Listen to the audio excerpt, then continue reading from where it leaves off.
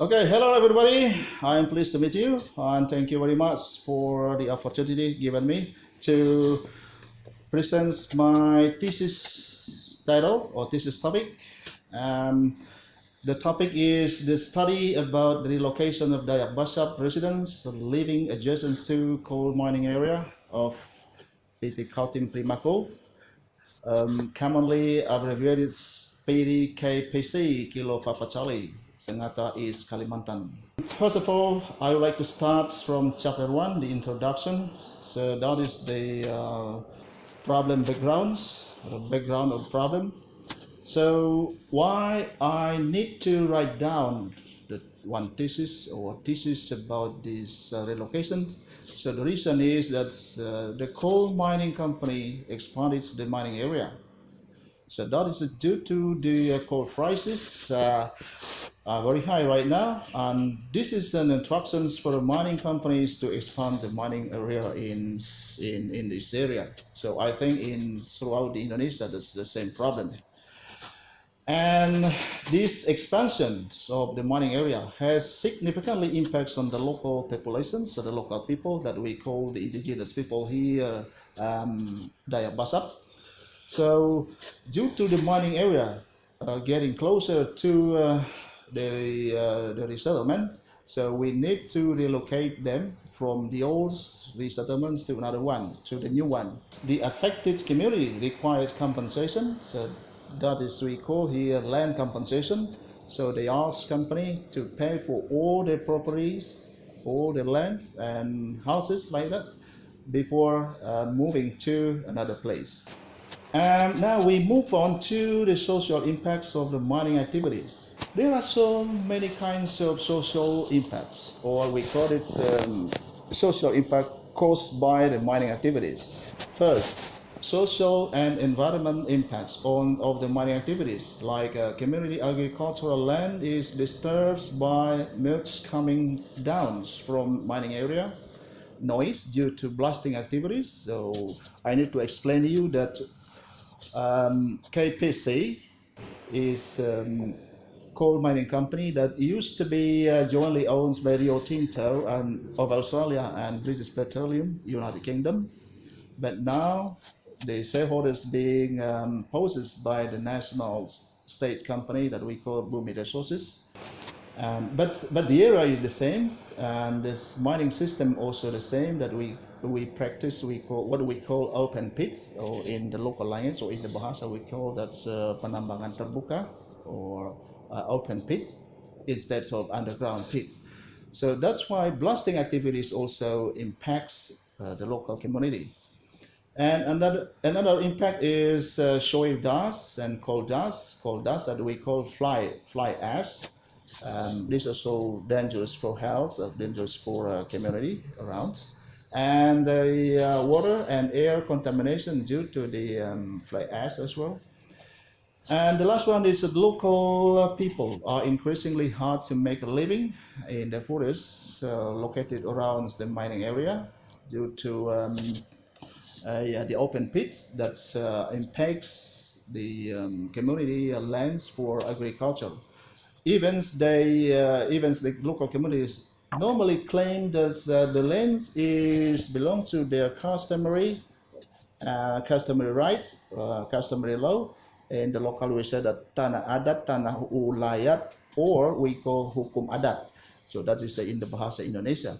But we need to know that KPC has what we call is some contracts of coal that we call contract area or contract of work with the concessions of area of 90,000 hectares. So this is also problems that we need to handle properly.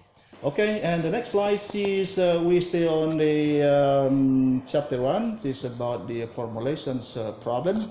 So the problem is, why should the Dayak Basa people have to be relocated? So that is the question. Why KPC need to relocate the people.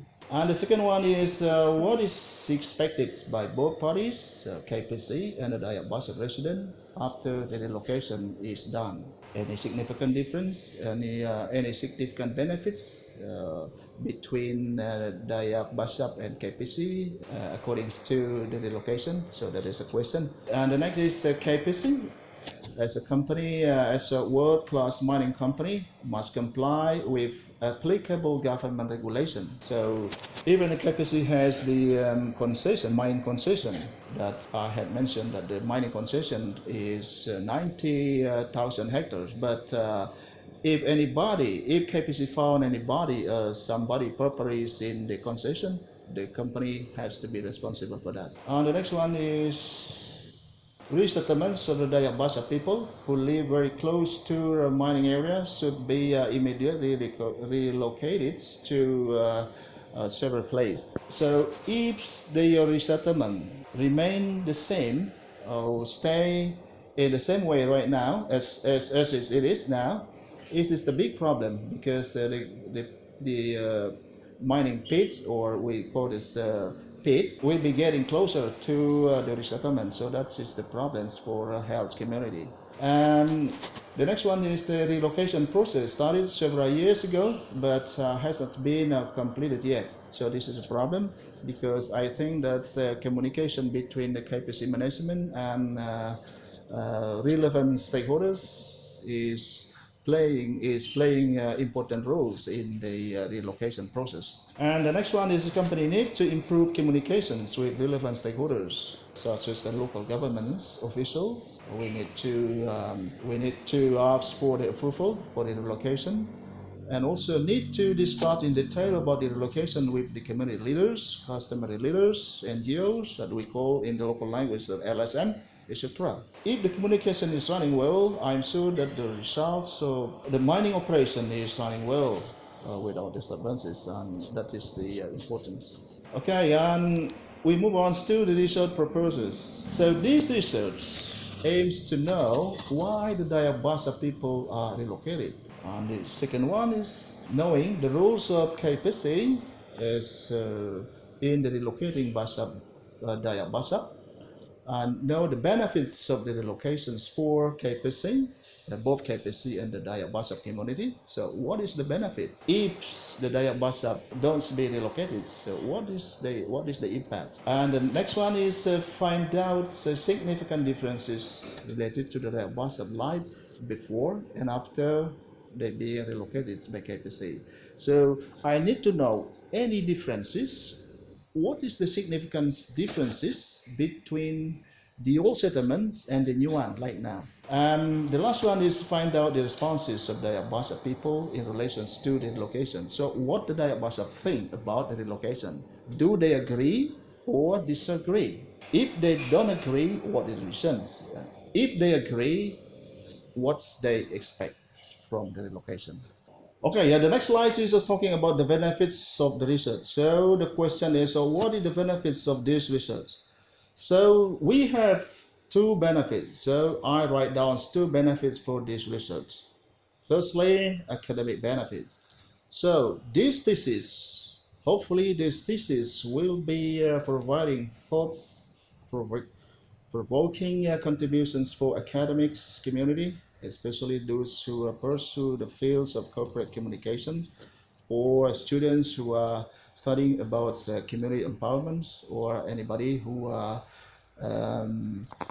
studying about the community relation. And secondly, practical benefits. So practical benefits is aims to provide comprehensive information for practitioners, mining business actors in performing their social duties and responsibilities. So this also needs to be distributed to the governments, like Environmental and Mining and Energy Office. So they should know how to deal with people, and the company should have responsibility in dealing with the local community in relation to mining activities. Scope and limitation of the research. So this research is focused on the relocations programs of the Dayak Basab residents who live near the mining area. KPC relocates only the community living in within the contracts of work that I call kontrak karya in the Bahasa Indonesia, or mine concession. So as I have mentioned that the KPC mine concession is 90,000 hectares, so that is big enough. And the next one is corporate social responsibility is being applied in terms of empowering the relocated Dayak Basab community. So that is the responsibility being provided by the company, in this case the KPC, in dealing with the community and handling all matters relating to the relocation programs. And the last one is the company, KPC, will be responsible for building supporting facilities, social infrastructure for the relocated people. So facilities that needs to be built by KPC, like access roads, clean water, electricity, and so on. So education and health facility as well. So that is the most important for the people who are being relocated by the company. Okay, that is the end of the chapter 1, and now we are going forward to chapter 2, theoretical frameworks. So in the theoretical frameworks, we need to have a deep understanding about what is relocation. Literally, or in the Bahasa Indonesia we say secara harafiah, literally relocation can be interpreted as the transfer of a place or settlements from one location to another. That's according to the Indonesian dictionary, or we say Kamus Besar Bahasa Indonesia. And the second one is that based on the above description, the relocations of the settlement can be defined as an attempt to move the residents or resettlements of the population, in this case the Dayak Basab population, from one place to another, which is eligible for being occupied. So why we need to remove them? So the reason is that their resettlements now located adjacent to the mining area. So in case of health problems and safety consideration, this resettlement needs to be removed or need to be relocated to another place which we consider safer or safe for community in general. And the next one is the company. The company means KPC, profit-oriented organization. So we know that the company, every company, profit-oriented organization. So the company is a business-oriented organization. Therefore, the company, in order to achieve a large profit target, certainly the company creates the impacts of poverty, the impacts of poverty for other parties, for other people.